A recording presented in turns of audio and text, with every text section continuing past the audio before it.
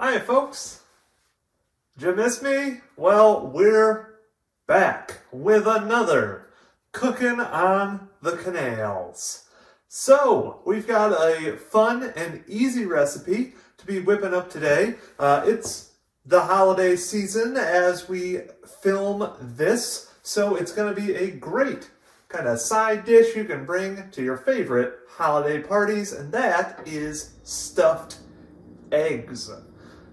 What are stuffed eggs? We'll get into that in a little bit. But first, as always, I'd like to thank the people who made our Erie Eats, Erie Canal Foodways project possible, the Erie Canalway National Heritage Corridor, and the William G. Pomeroy Foundation. Thank you very much to them, and thank you to the people who helped to make this series really possible, the family of Oliver Wendell Petrie. Oliver Petrie was, of course, a canal boat cook in the late 1930s on the canal, on the barge canal, aboard the barge Empire State, and his family generously donated to the museum many of Oliver's personal effects, including his recipe book, which we base all of our recipes here on Cookin' on the Canals on. So, that said, let's make one of those recipes.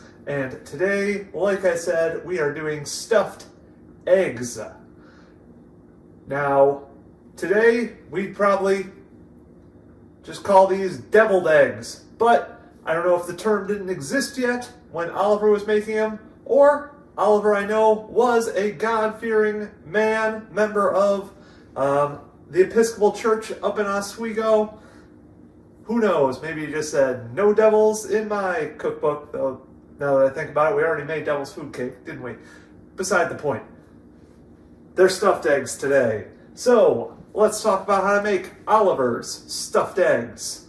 Well, his recipe calls for 4 eggs to be boiled for 10 minutes, which we have done here. We have also taken care of one of the few instructions in this recipe, which is halving the eggs. And we have put the yolks into this bowl here. And that's where most of the magic is going to happen today, folks. So in this bowl of, at the moment, just egg yolks, we are going to put in 2 teaspoons of finely chopped onions. Got to make sure they all come out here. The onions are not coming out well. All right, there we go. We got our onions. Check.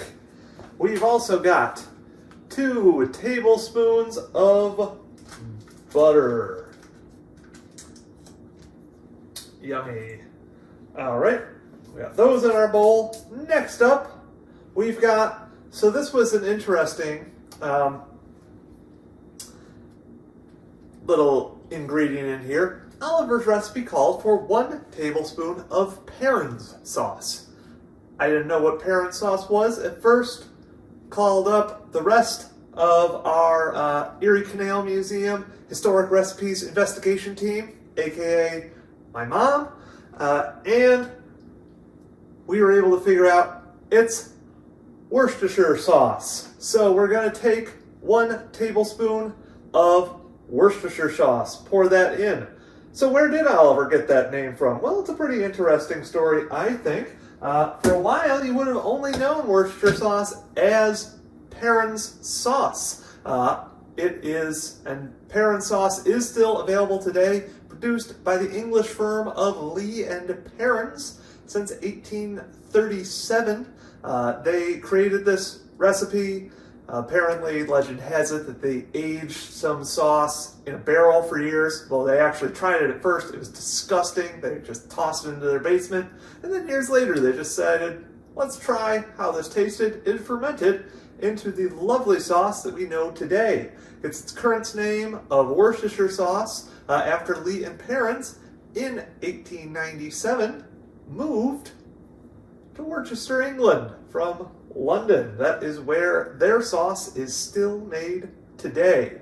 Though, I also discovered in my research on this, in, I believe it was the 1890s, the copyright to using Worcestershire sauce expired. So anyone can make Worcestershire sauce. We're actually using French's today. Anyway, moving on from that, we move on to a half a teaspoon of celery or plain salt. And of course, as always, we've got our salt in our Syracuse glass here. So we got that half a teaspoon. This is another fun little thing I'd like to point out. We're using today salt from the Syracuse Salt Company. So as we've talked about several times here on Cookin' on the Canals,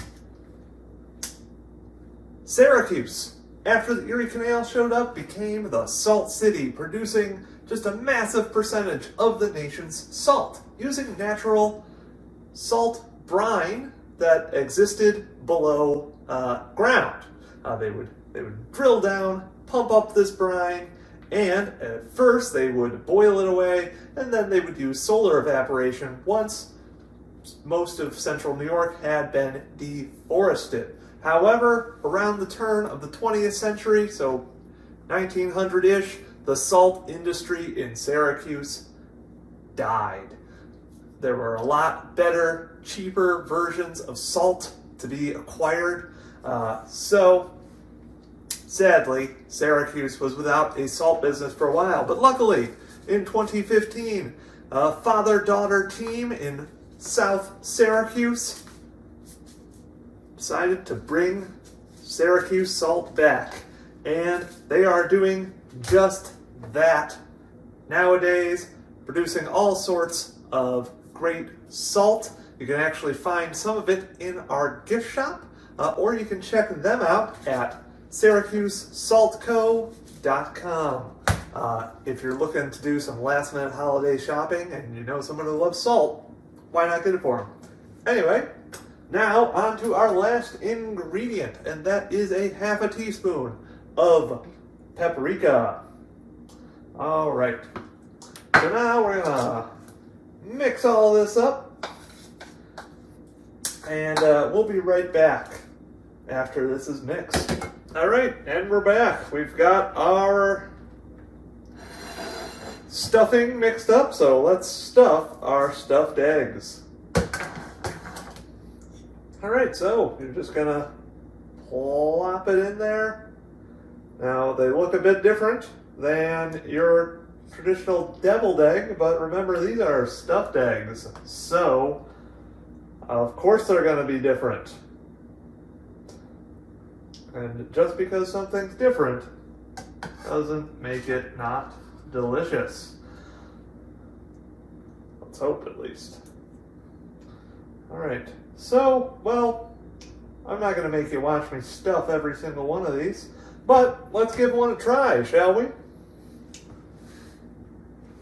Happy holidays, folks.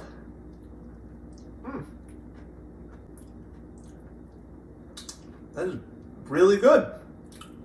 Very flavorful. Big fan of this, and big fan of you folks for watching me for the last year or so as I struggle and attempt to cook. We appreciate it at the Erie Canal Museum, and while the Erie Eats food waste project is officially over for this year, we might be back at different times with more Cookin' on the Canal segments. Over the years, there's a lot more to Oliver's recipe book. We also, as part of the Erie Eats project, will be coming out with a publication soon that combines both the exhibit and Oliver's recipe book. So you yourself can own a piece of history and have some of Oliver's recipes to dazzle your friends and family with.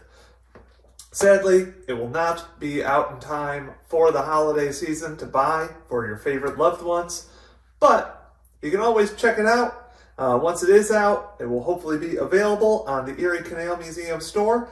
And please, If you've been enjoying this series, consider either becoming a member of the Erie Canal Museum or making a one-time donation, both of which can be found on our store page.